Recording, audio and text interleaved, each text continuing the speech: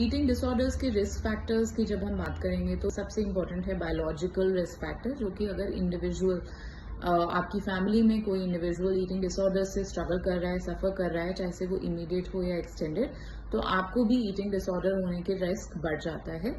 Secondly, हमारा psychological makeup या हमारा psychological way of thinking and processing stress and distressing emotions, अगर वो अनहेल्दी है और उसमें हम अपने इन्वायरमेंट को करेक्ट वे में कंट्रोल नहीं कर रहे या हम अच्छे से अपने हेल्दी वे में इमोशंस को प्रोसेस नहीं कर रहे, तो कई बार to numb our emotional feelings या to gain control over our emotional feelings we engage in eating behaviours which can lie on the unhealthy pattern. इसमें दोनों ही आते हैं, restrictive eating behaviours and binge eating pattern of eating. साथ साथ में जो एक और फैक्टर है जो कंट्रीब्यूट करता है कि ईटिंग डिसऑर्डर का कितना रिस्क है, वो है सोशियो कल्चरल ब्यूटी स्टैंडर्ड्स या कितना प्रेशर है, चाहे से वो सोशल मीडिया से रिलेटेड हो या सोसाइटी में हो, एक कल्चरल एक्सपेक्टेशन हो, एक सर्टेन बॉडी वेट को डिजायरेबल मानना,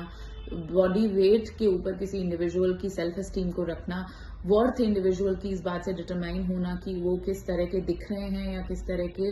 का उनका वेट है। तो ऐसे ये सारे फैक्टर्स भी फिर इंडिविजुअल्स को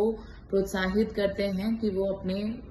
फोकस रखें अपनी बॉडी वेट पे या अपीयरेंसेस पे, और एक अनहेल्दी अमाउंट ऑफ फोकस उनको नॉर्मल हेल्दी चीज़ों से फोकस हटा के इस पे करना पड़ेगा, जिसकी वजह से अगेन अनहेल्दी ईटिंग बिहेवियर्स या थिंकिंग पैटर्न्स डेवलप हो जाते हैं। तो इन फैक्टर्स को आइडेंटिफाई करना और इन फैक्टर्स को करेक्ट करना बहुत ज़रूरी है। अगर हम फैक्टर्स को कंट्रोल करने की बात करें तो हम डेफिनेटली किसी का जेनेटिक मेकअप चेंज नहीं कर सकते, बट जो एक इम्पॉर्टेंट इंडिविजुअल फैक्टर है वो है कि हम अपनी रेजिलियंस बढ़ा सकते हैं, इमोशंस को प्रोसेस करने का हम हेल्दी ऑल्टरनेटिव देख सकते हैं, और साथ साथ सोशियो कल्चरल फैक्टर्स को करेक्ट करना, जो कि एक लॉन्ग टर्म गोल है और जो एक लॉन्ग टर्म लड़ाई है कि हम सारे इन ब्यूटी स्टैंडर्ड्स को जो कि अनरियलिस्टिक हैं उनको प्रोत्साहित ना करें, दूसरों को उस नज़रिए से ना देखें, और खुद को भी कोशिश करें कि हम healthy patterns of thinking and eating behaviour ला पाएं। तो इन सब से हम अपने आप को और अपने आसपास में भी दूसरे इंडिविजुअल्स को ईटिंग डिसऑर्डर्स से प्रोटेक्ट कर सकते हैं।